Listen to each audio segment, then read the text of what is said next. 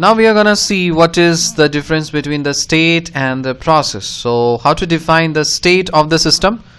Your state is defined as the condition of the system, right? So the condition of the system is called as your state of the system, and it is known with the help of the properties. So if I am asking you, tell me the state of the system, then you should question me back, sir, please tell me the properties first. So without the help of the properties, you cannot identify what is the condition or the state of the system. All right. So in order to define the state of the system, you should know the properties first. So the condition of the system is known as the state of the system, and it is known with the help of properties. Now what a process is?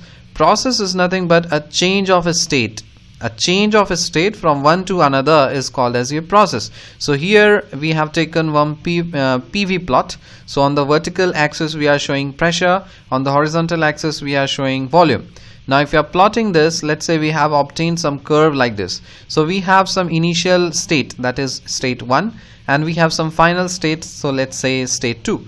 So there is some change which is happening from state 1 to state 2. So this change of a state from 1 to 2 is called the process. So I will say that some process is happening from 1 to 2. So at point 1 we have pressure P1, volume V1 and temperature T1, and at point 2 we have pressure P2, volume V2 and temperature T2. So this process is nothing but the change of a state.